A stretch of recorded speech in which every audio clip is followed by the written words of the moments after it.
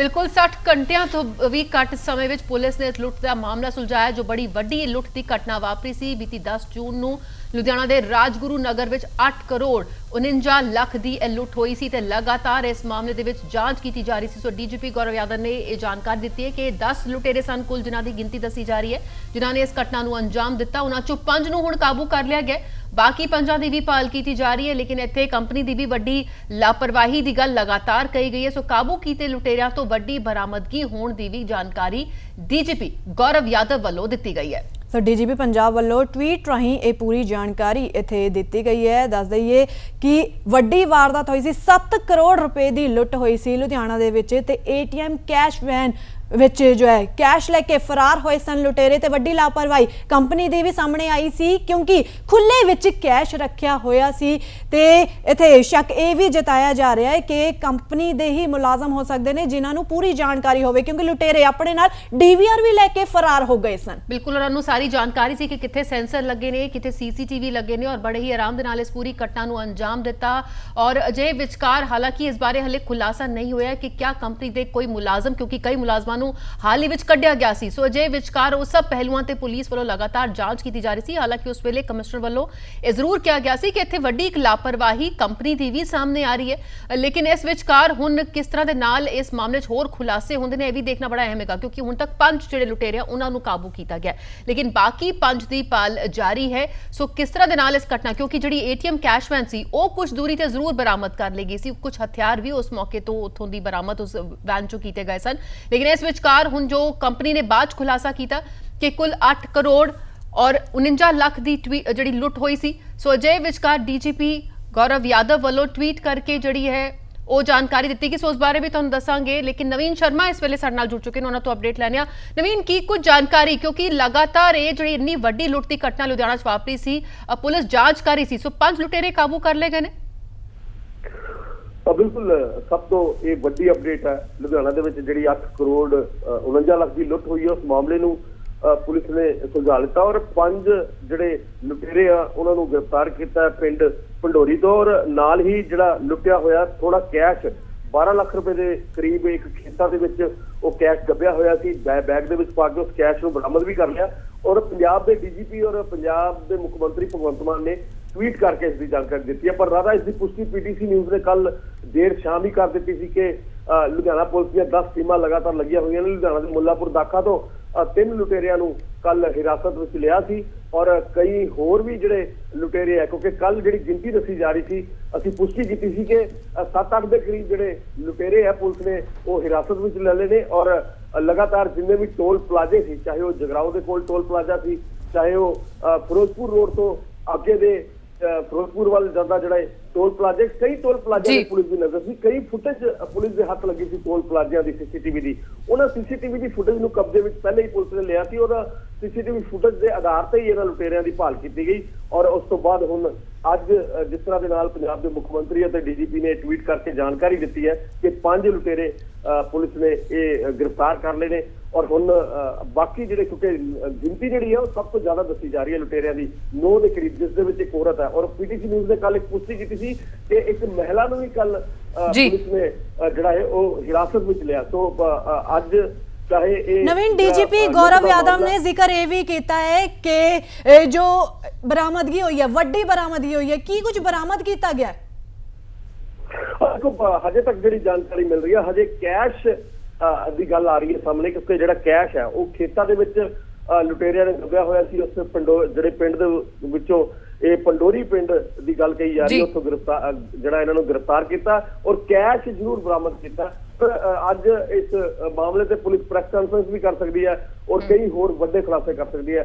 कल असीं एक खबर चलाई सी कि लुधियाना के पुलिस कमिश्नर ने एक प्रेस कॉन्फ्रेंस करके आख्या सी कि जिहड़ी कंपनी है, जिहड़ी कैश वैन की कंपनी जिहड़ी एटीएम दे विच पैसे जमा करती है जिससे लुट हुई है, उसका लाइसेंस जिहड़ा है वो कैंसल किया जाएगा। डीजीपी नूं सिफारिश भी की थी, असीं खबर भी नशर की थी। पर हुण इस तरह दे नाल पुलिस उस कंपनी ते भी कई सवाल चक रही है कि उन्हां दा जिहड़ा सिक्योरिटी सिस्टम है, चाहे वो बिल्कुल बहुत वड्डा लफ्ज़ नवीन इत्थे नजर आया सी कि इन्ना कैश जो कंपनी जिस नाल डील करती होवे ते सिक्योरिटी दे नां ते और किस तरह खुले दे विच कैश पिया सी। लेकिन इस विचकार क्योंकि लगातार क्या सन कि किते ना किते मुलाजम जिहड़े ਅੰਦਰ ਦੇ ਨੇ ਉਹਨਾਂ ਵੱਲ ਉਹ ਮਿਲੀ ਭੁਗਤ ਦੇ ਨਾਲ ਹੀ ਇਹ ਸਭ ਕੁਝ ਆਇਆ। ਇਸ ਬਾਰੇ ਕੁਝ ਸਾਫ਼ ਹੋਇਆ ਹੁਣ ਤੱਕ? ਦੇਖੋ ਰਾਧਾ, ਅਸੀਂ ਸ਼ੁਰੂ ਤੋਂ ਹੀ ਇਸ ਖਬਰ ਨੂੰ ਜਦੋਂ ਨਸ਼ਰ ਕਰ ਰਹੇ ਸੀ ਤਾਂ ਅਸੀਂ ਇੱਕ ਗੱਲ ਜ਼ਰੂਰ ਕਹਿ ਰਹੇ ਸੀ ਕਿ ਜਿਹੜੇ ਰਾਤ ਨੂੰ ਸਿਕਿਉਰਿਟੀ ਗਾਰਡ ਹੈ 5 ਦੇ ਕਰੀਬ ਉਹਨਾਂ ਦੀ ਗਿਣਤੀ ਸੀ, 2 ਦੇ ਕੋਲ ਅਸਲੇ ਸੀ, ਜਿਹੜੇ ਅਸਲੇ ਉਹ ਲੁਟੇਰੇ ਲੈ ਕੇ ਉੱਥੋਂ ਫਰਾਰ ਹੋਏ ਕੈਸ਼ ਦੇ ਨਾਲ, ਉਹਨਾਂ ਦੀ ਅੱਖਾਂ 'ਚ ਮਿਰਚਾਂ ਪਾਈਆਂ। ਉਹ 5 ਜਿਹੜੇ ਸਿਕਿਉਰਿਟੀ ਗਾਰਡ ਹੈ ਹਜੇ ਤੱਕ ਪੁਲਿਸ ਦੀ ਹਿਰਾਸਤ ਵਿੱਚ ਹੈ। ਉਸ ਤੋਂ ਇਲਾਵਾ ਜਿਹੜੀ ਇਹ ਗ੍ਰਿਫਤਾਰੀ ਕੀਤੀ ਹੈ ਪੰਡੋਰੀ ਪਿੰਡ ਤੋਂ, ਕਿਉਂਕਿ ਕੱਲ ਅਸੀਂ ਇੱਕ ਖਬਰ ਨਸ਼ਰ ਕੀਤੀ ਸੀ ਕਿ ਮੁੱਲਾਪੁਰ ਦਾਖਾ ਤੋਂ ਕੁਝ ਗ੍ਰਿਫਤਾਰੀਆਂ ਕੀਤੀਆਂ ਨੇ, ਪਰ ਅੱਜ ਜਿਸ ਤਰ੍ਹਾਂ ਦੇ ਨਾਲ ਟਵੀਟ ਕਰਕੇ ਜਾਣਕਾਰੀ ਦਿੱਤੀ ਗਈ ਹੈ ਪੰਜਾਬ ਸਰਕਾਰ ਵੱਲੋਂ ਚਾਹੇ ਡੀਜੀਪੀ ਵੱਲੋਂ ਕਿ ਇਸ ਕੇਸ ਦੇ ਵਿੱਚ 5 ਲੁਟੇਰਿਆਂ ਦੀ ਪੁਸ਼ਟੀ ਕਰ ਦਿੱਤੀ ਹੈ। ਔਰ ਇੰਨਾ ਜ਼ਰੂਰ ਕਿਹਾ ਜਾ ਸਕਦਾ ਕਿ ਗਿਣਤੀ ਜਿਹੜੀ ਹੈ 5 ਤੋਂ ਜ਼ਿਆਦਾ ਗਿਣਤੀ ਹੋ ਸਕਦੀ ਹੈ ਪੁਲਿਸ ਦੇ ਕੋਲ, ਕਿਉਂਕਿ ਜਿਹੜੇ ਸਿਕਿਉਰਿਟੀ ਗਾਰਡ ਹੈ ਹਜੇ ਉਹਨਾਂ ਕੋਲ ਪੁੱਛਗਿੱਛ ਚੱਲ ਰਹੀ ਹੈ, ਜਿਹੜੇ ਉਸ ਦਿਨ ਨਾਈਟ ਡਿਊਟੀ ਦੇ ਵੇਲੇ ਉਹ ਨਾਈਟ ਡਿਊਟੀ ਕਰ ਰਹੇ ਸੀ, ਜਿਨ੍ਹਾਂ ਦੇ ਸਾਹਮਣੇ ਇਹ ਸਾਰੀ ਲੁੱਟ ਨੂੰ ਅੰਜਾਮ ਦਿੱਤਾ ਗਿਆ। ਕਿਸ ਤਰ੍ਹਾਂ ਦੇ ਉਹਨਾਂ ਕੋਲੋਂ ਅੱਜ ਵੀ ਸਵਾਲ ਕੀਤੇ ਜਾ ਰਹੇ ਨੇ। ਇਸ ਦੇ ਵਿੱਚ ਕੋਈ ਦੋ ਰਾਏ ਨਹੀਂ ਕਿ ਥੋੜੀ ਦੇਰ ਬਾਅਦ ਆਉਣ ਵਾਲੇ ਦਿਨਾਂ ਦੇ ਵਿੱਚ ਜਦੋਂ ਪੁਲਿਸ ਪ੍ਰੈਸ ਕਾਨਫਰੰਸ ਕਰੇਗੀ, ਔਰ ਪੁਲਿਸ ਸ਼ੁਰੂ ਤੋਂ ਕਹਿ ਰਹੀ ਕਿ ਕੋਈ ਨਾ ਕੋਈ ਕੰਪਨੀ ਦਾ ਇੱਕ ਭੇਦੀ ਜ਼ਰੂਰ ਇਸ ਪੂਰੇ ਮਾਮਲੇ ਦੇ ਵਿੱਚ ਹੋ ਸਕਦਾ, ਜਿਸ ਨੇ ਲੁਟੇਰਿਆਂ ਨੂੰ ਸਾਰੀ ਜਾਣਕਾਰੀ ਦਿੱਤੀ। ਲੁਟੇਰਿਆਂ ਨੂੰ ਇੰਨਾ ਪਤਾ ਸੀ ਕਿ ਇਹ ਸੈਂਸਰ ਦੀ ਤਾਰ ਕਿੱਥੋਂ ਕੱਟੀ ਜਾਂਦੀ ਹੈ, ਕਿ ਸੀਸੀਟੀਵੀ ਕੈਮਰੇ ਕਿੱਥੋਂ, ਕਿਉਂਕਿ ਡੀਵੀਆਰ ਵੀ ਨਾਲ ਲੱਗੇ ਸੀ ਲੁਟੇਰੇ। ਸੋ ਆਉਣ ਵਾਲੇ ਦਿਨਾਂ 'ਚ ਪੁਲਿਸ ਪ੍ਰੈਸ ਕਾਨਫਰੰਸ ਕਰਕੇ ਹੋਰ ਵੱਡੇ ਖੁਲਾਸੇ ਕਰ ਸਕਦੀ ਹੈ, ਔਰ ਇਹਨਾਂ ਖੁਲਾਸਿਆਂ ਦੇ ਵਿੱਚ ਕਈ ਇਹੋ ਜਿਹੇ ਹੋ ਸਕਦੇ ਨੇ ਜਿਹੜੇ ਚੁਕਾਉਣ ਵਾਲੇ ਖੁਲਾਸੇ ਹੋਣ ਕਿ ਇਸ 8 ਕਰੋੜ 49 ਲੱਖ ਦੀ ਲੁੱਟ ਦੇ ਵਿੱਚ ਮੇਨ ਮਾਸਟਰਮਾਈਂਡ ਕੌਣ ਸੀ। ਜੀ ਰਾਧਾ। ਨਵੀਨ, ਤੁਸੀਂ ਦੱਸਿਆ ਕਿ ਲਾਇਸੈਂਸ ਰੱਦ ਹੋ ਸਕਦਾ ਹੈ ਕੰਪਨੀ ਦਾ, ਕੀ ਸਿਰਫ ਉਹ ਲੁਧਿਆਣਾ ਵਿੱਚ ਹੋਵੇਗਾ ਜਾਂ ਫਿਰ ਹੋਰ ਥਾਵਾਂ ਤੇ ਵੀ ਹੋਵੇਗਾ? ਕਿਉਂਕਿ ਇਹ ਏਟੀਐਮ ਕੈਸ਼ ਕੰਪਨੀ ਜੋ ਹੈ ਉਹ ਹੋਰ ਥਾਵਾਂ ਤੇ ਵੀ ਆਪਣੀ ਸੇਵਾਵਾਂ ਦਿੰਦੀ ਹੈ।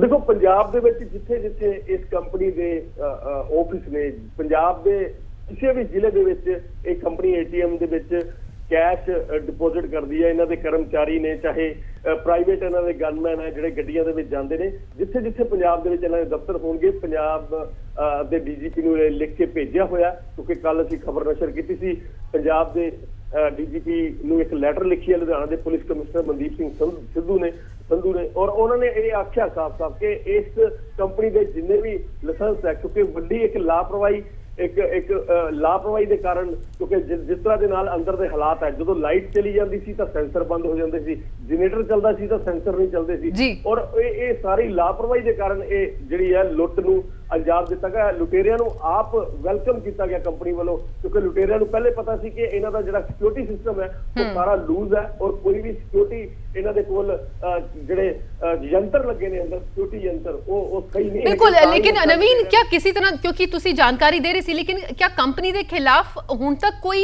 अजिही कार्रवाई दी भी गल सामने आई है? क्योंकि लापरवाही दी गल तां लगातार ही भावें कमिश्नर उत्थे दे होण या हुण डीजीपी ਵੱਲੋਂ ਵੀ ਜ਼ਰੂਰ ਕਿਹਾ ਗਿਆ।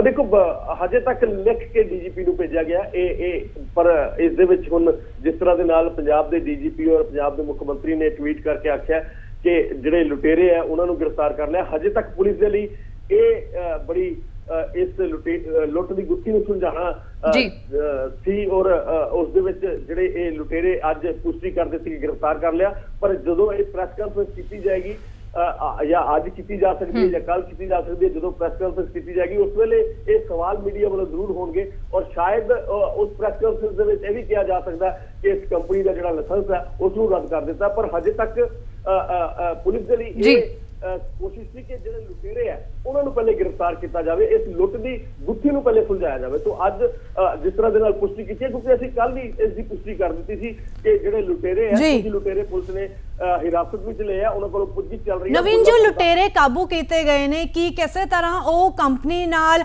ਰਿਲੇਟਡ ਹੈ? ਕਿ ਉਹ ਕੋਈ ਪੁਰਾਣੇ EMPLOYE ਹੈ ਜਾਂ ਫਿਰ ਉਹਨਾਂ ਦੀ ਕੋਈ ਜਾਣ ਪਛਾਣ ਹੈ ਕੰਪਨੀ ਵਿੱਚ? ਦੇਖੋ, ਇਸ ਮਾਮਲੇ ਦੇ ਵਿੱਚ ਅਸੀਂ ਲਗਾਤਾਰ, ਕਿਉਂਕਿ ਸਾਡੀ ਨਜ਼ਰ ਇਸ ਲੁੱਟ ਦੇ ਮਾਮਲੇ ਦੇ ਵਿੱਚ ਪੂਰੀ ਤਰ੍ਹਾਂ ਅਸੀਂ ਖਬਰਾਂ ਇਸ ਮਾਮਲੇ ਦੇ ਵਿੱਚ ਨਸ਼ਰ ਕਰ ਰਹੇ ਸੀ, ਔਰ ਅਸੀਂ ਪਿਛਲੇ ਦਿਨੀ ਜਾਣਕਾਰੀ ਦਿੱਤੀ ਸੀ ਕਿ ਇਹ ਜਿਹੜਾ ਦਫ਼ਤਰ ਹੈ, ਜਿਹੜਾ ਇਹ ਪ੍ਰਾਈਵੇਟ ਕੰਪਨੀ ਹੈ ਜਿਹੜੀ ਬੈਂਕਾਂ ਦੇ ATM ਦੇ ਵਿੱਚ ਪੈਸੇ ਜਮ੍ਹਾਂ ਕਰਾਉਂਦੀ ਹੈ, ਇਸ ਦੇ ਜਿਹੜੇ ਮੁਲਾਜ਼ਮ ਹੈ ਉਹ 300 ਦੇ ਕਰੀਬ ਮੁਲਾਜ਼ਮ ਕੰਮ ਕਰਦੇ ਨੇ। ਪੂਰੇ ਪੰਜਾਬ ਦੀ ਗੱਲ ਕਰੀਏ ਤਾਂ ਪੰਜਾਬ ਦੇ ਵਿੱਚ ਗਿਣਤੀ ਜ਼ਿਆਦਾ ਹੈ, ਔਰ 33 ਮੁਲਾਜ਼ਮ बिल्कुल। सो अजय विचकार हुण की कुछ खुलासे प्रेस कॉन्फ्रेंस करके किए जाते हैं, देखना अहम रहेगा। बहुत बहुत शुक्रिया नवीन फिलहाल दी इस सारी जानकारी के लिए। सो इस बाबत जिहड़ा है हुण 5 लुटेरियां नूं काबू जरूर कर लिया गया, लेकिन 5 की भाल जारी है। डीजीपी गौरव यादव वालों इस बाबत जिहड़ा है मन्निया जा रहा है कि प्रेस कॉन्फ्रेंस भी की जाएगी और की कुछ खुलासे उन्हां वालों कीते जांदे ने ये देखना बड़ा अहम रहेगा।